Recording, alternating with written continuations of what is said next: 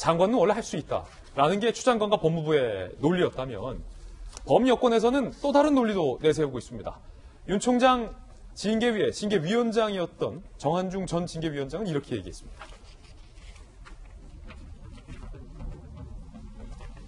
역시 윤 총장 행보는 한 걸음 빠르다. 보복이 있을 거라 예상했다. 자, 이걸 보복이라고 규정합니다. 지금까지 법무부 추 장관의 논리와는 또 다른 논리. 출금 절차 수사가 5명의 검사를 투입한 만큼 중대한 사건이냐. 묘하게, 공교롭게 이번 김학의 전 차관 출금 논란에 윤 총장 징계에 앞장섰던 법무부 간부들이 거론됨에 따라서 정한중 징계위원장 직무대리는 이게 윤 총장의 보복이다라고 주장을 하고 있는 대목이고요. 윤 총장, 신년사에는 민생, 경제 등 총리해야 할 말씀도 했다. 사실상 대통령이다. 임기 만료는 다가오는데 지지율은 하락. 초잠의 반론이야라고 비판하기도 했습니다. 그런가 하면 김남국 의원은요. 비슷한 얘기를 했습니다. 윤석열 검찰은 김학의 전 차관의 출국금지 사건을 가지고 자신의 편에 서지 않는 검사들을 찍어내는 보복수사라고 규정을 하고 있는 대목도 보입니다. 손정인 변호사님, 지금 두 분의 주장은 이거는 윤 총장의 어떤 보복수다라는 또 다른 논리인데 법조인으로서 어떻게 보십니까? 일단 대부분의 법률가들은 이 출입국 관리 절차가 위법하고 절차에 흔결이 있다라고 보는 거죠. 다만 우리가 이제 여러 가지 판례나 그 적법 절차를 따질 때 목적이 정당한가를 따집니다. 목적은 정당하죠. 왜냐하면 이 수사는 굉장히 잘한 수사이고 수사 개시, 과거사위원회에서 여러 가지 이제 권고를 해서 수사를 했고, 1심에서 일부 무죄가 나오기도 했지만 2심에서 징역 2년 6개월의 실형이 나와서 뇌물 사건이 유죄로 밝혀졌다라는 것은 그만큼 긴급하게 필요하게 수사의 정당성은 있었던 사건이다.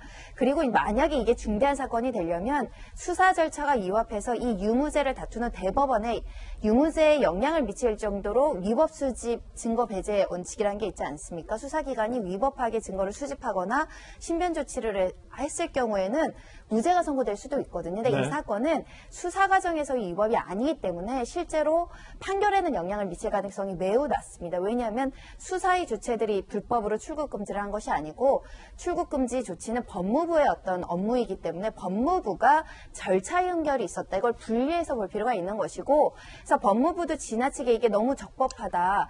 예를 들면 비례의 원칙이라는 게 있습니다. 목적이 정당하더라도 수단이 적정하지 않았을 때 그래도 비례의 원칙상 공익이 훨씬 큰 경우에는 그래도 합법의 범주에 들어간다라는 법리적인 논리인데 그 논리를 저렇게 주장하는 것 같아요. 근데 이게 굉장히 지엽적이거나 중요하지 않다라고 보기보다는 법무부니까 그럼에도 불구하고 시급한 필요성은 있었으나 과거에 이런 잘못이 있었고 앞으로는 이런 것들이 없도록 조치를 하겠다라고 하면 불필요한 정치적인 논란이 이렇게 커지지 않죠. 지금 여러 국회의원, 정한중 교수 이렇게 가담해서 이걸 이야기를 하고 있지만 결국은 잘못된 것은 반성하고 재발 금지를 하면 됩니다. 그리고 김학의 사건은 너무 수사를 잘했고 그에 대한 판단이 지금 대법원에서 이루어져야 되는 상황이기 때문에 지나치게 뭔가 출국 금지의 절차적 흔결이 있다고 굉장히 거대학으로 수사를 했다거나 출국 금지가 이루어졌다라고 또 주장하는 것 또한 가대 해석이기 때문에 어떻게 보면 중립적인 어떤 시각에서 이 사건을 바라볼 필요가 있다라는 생각이 들고요. 특히 이제 출금 절차 수사는 보수단체가 고발을 했다라고 하죠. 박상기 전 법무부 장관 그리고 현재 국회의원 김영민 의원도 포함돼서 여러 명에 대한 고발이 이루어져서 수사는 필요합니다. 수사는 필요하니까 수사해서 위법하다 하면 징계받을 사람 징계받으면 될 것이기 때문에 좀 지켜보는 자세도 필요하지 않을까 합니다. 예.